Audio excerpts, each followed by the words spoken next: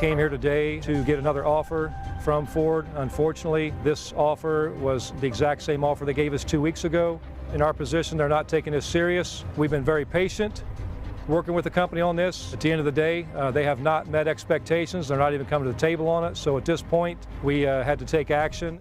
It is a day many felt was inevitable. Right now, nearly 9,000 local Ford employees are on strike. United Auto Workers at Ford's Kentucky truck plant walked off the job around 6:30 yesterday evening, joining more than 33,000 other auto workers across the country already on the picket line. KTP is the largest single group to join the historic strike against the big three U.S. automakers, General Motors, Stellantis, and of course Ford. Our Eric King joins us live right now from the Kentucky truck plant off of Chamberlain Lane. And Eric, Ford is the largest employers in the area. This strike could have far-reaching impacts. Yeah, major impacts. Just think about the sheer geographic area economically around here. All those businesses are going to feel some sort of an impact. Then you've got the supply chain impacts that's going to have on the businesses around here. And Ford in particular, remember there are 2 Ford plants in Louisville. This is the Kentucky Ford, the Kentucky truck plant. This is the one that's on strike. Now the Louisville assembly plant is not on strike. However, if you notice, we're at the Kentucky truck plant stamping facility.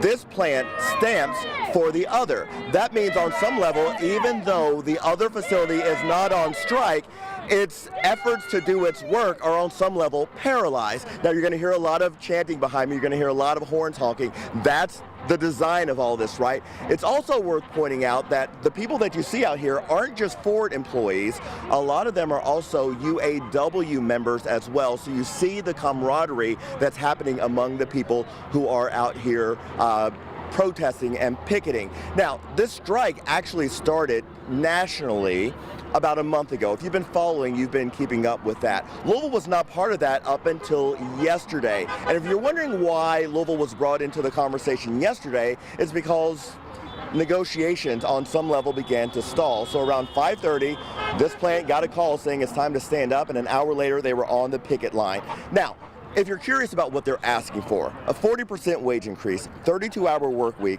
cost of living protections, extended health and pension plans, and protections for employees as the industry shifts more toward electric vehicles. I've got David Firkins with me. First of all, you are the bargaining rep for the Kentucky truck plant. Thanks for taking the time to come out. But I know it was important to you to not only talk to your members and some of the Ford employees, but to the city of Louisville. You were talking about that this strike goes well beyond the walls of Ford.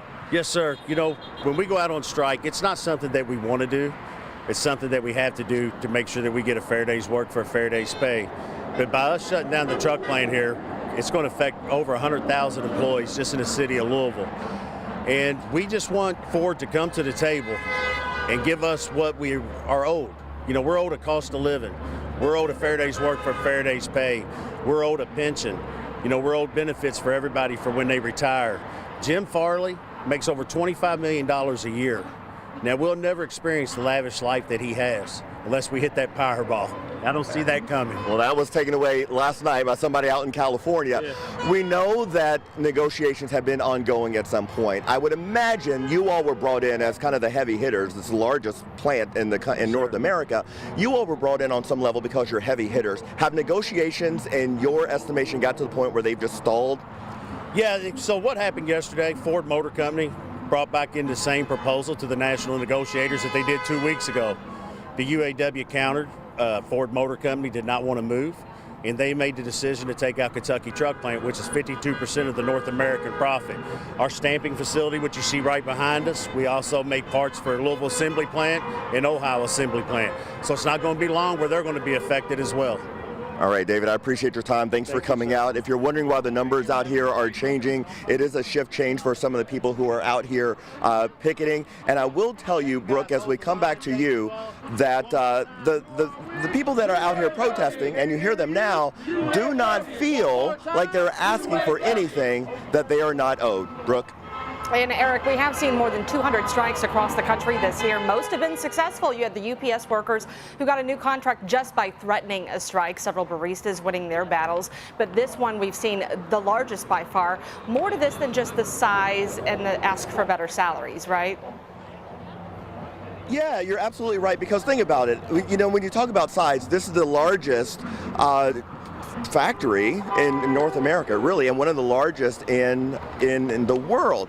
And what they're asking for, yeah, we can talk about pay raise increases, we can talk about a 32-hour work week, but the reality is, think back to 2008, the economic crisis that almost decimated the automotive industry in America. It required a federal bailout. Well, as part of that, Ford employees gave up some of their pension benefits. They gave up some of their other benefits, and they feel that they are owed those things. In fact, they were owed those things 15 years ago, if you ask them. So not only are they out here fighting for what they feel they're already owed, they're fighting for cost of living increases as well. And that's the sticking point when it comes to them. Not only are they upset that they have to come out and picket about those things, they're upset that they've even had to ask for it.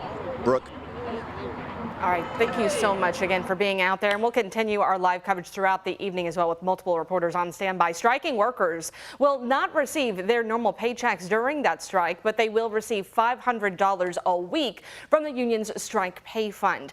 In a statement, Ford said the decision by the UAW to call a strike at Ford's Kentucky truck plant is grossly irresponsible, but unsurprising given the union leadership's stated strategy of keeping the Detroit Three wounded for months through reputational damage and industrial chaos. In addition to our offer on pay and benefits, Ford has been bargaining in good faith this week on joint venture battery plants, which are slated to begin production in the coming year.